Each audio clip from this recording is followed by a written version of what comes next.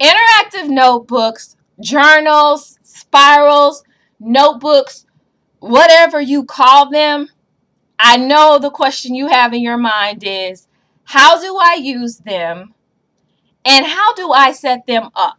Well, I'm going to share with you how I set mine up. I've been using, I call them spirals. It doesn't matter if my kids use a 3-prong folder or a marble folder. I refer to them as a spiral. And they're like, what are you talking about at first? But after a while, they're right with me. Okay, I'm going to get my spiral. No, I'm getting it. It's on my desk. So how do I set them up? For me, there's just 4 basic things that I feel have to be in the notebook. So within the first 2 weeks of school, I have my students set up their spiral. Remember, I use a 3-prong folder, but I do refer to it as a spiral. It's just something I've been doing. I originally used spirals, and then I switched to 3-prong, and I just can't change my vocabulary or come up with a catchier name for them. So I just call them spirals. So what I do is, again, first 2 weeks of school, probably the second week of school, because I have a lot of kids, you know, you have those kids that coming in and out, they're getting schedules changed and whatnot in middle school. So second week, we get together and we put it together. And what I do is I say, put your notebook on your desk.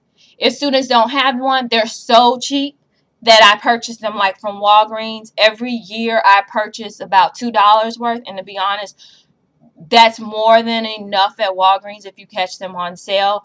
That I just have a bunch left over. Like this school year, I don't need to buy any. So they put this on their desk, and I tell them get about this much loose leaf paper and put it on your desk, and a pencil on your desk. And I say, okay. So the first thing we put in there, I call this basic item number 1, is a table of contents. So the kids have a reference sheet.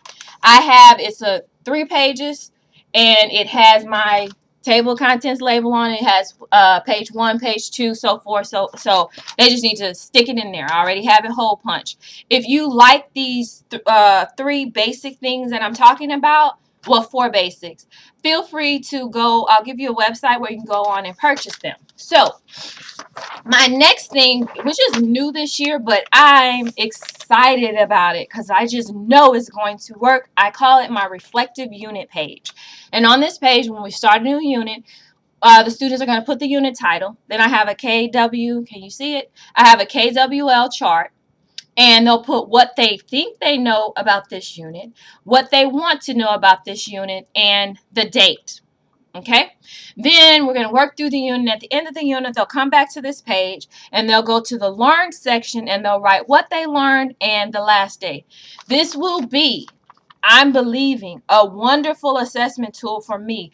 First of all, the beginning of the unit to understand what they know about the unit and how I can proceed, and also what they have learned. Not that I'll put a grade on it, but I have my students leave their journal in the classroom, which means I can periodically go flip through it and see what they have. So in that case, I can flip through, see what they have in here, and put it back. They're not meant to be graded, in my opinion, interactive notebooks. They're more meant to get in that informal assessment of your students and see where they're going, and teach them note-taking, and so they'll have that information in there. So the next thing I have my students do is that stack of paper about this thick, which should amount to 60 pages if they're this thick. I tell them, put it in your spiral. Again, I'm using a 3-prong, but I refer to it as a spiral. So they stick it in there, and I say, now start numbering until you run out of pages. So they'll do page 1, flip page 2, page 3, flip page 3, so forth and so on until they run out of pages. And I ask everyone, if they say they're done, I say, okay, do you have at least 60 pages in there? If they have at least 60 pages, we're good. Because, again, later on in the school year, if they run out of paper, we just stick it in there. So key component or basic item number 3 is the glossary. I think I said 4 basic items. I'm sorry. There are 3 basic items. The table of contents, the reflective unit, and the glossary. My apologies. So in the glossary, you can have your students draw it. If you don't purchase this, again, I'll have it at the end of the video. But on this page, it just has letters A through Z on here. They're boxed in, and the only thing they're putting in the glossary are the vocabulary term and the page where that vocabulary term and the definition of that vocabulary term and examples can be found. So for instance, box and whiskers, so many students have problems. They've recorded in their glossary box and whisker, page 23. They can flip to page 23. There's the definition of box and whisker. Because again, they do have their table of contents where they may have graph, but they may not have put that term box and whisker. It's not in alphabetical order, so if you put it in the glossary, it now is in alphabetical order.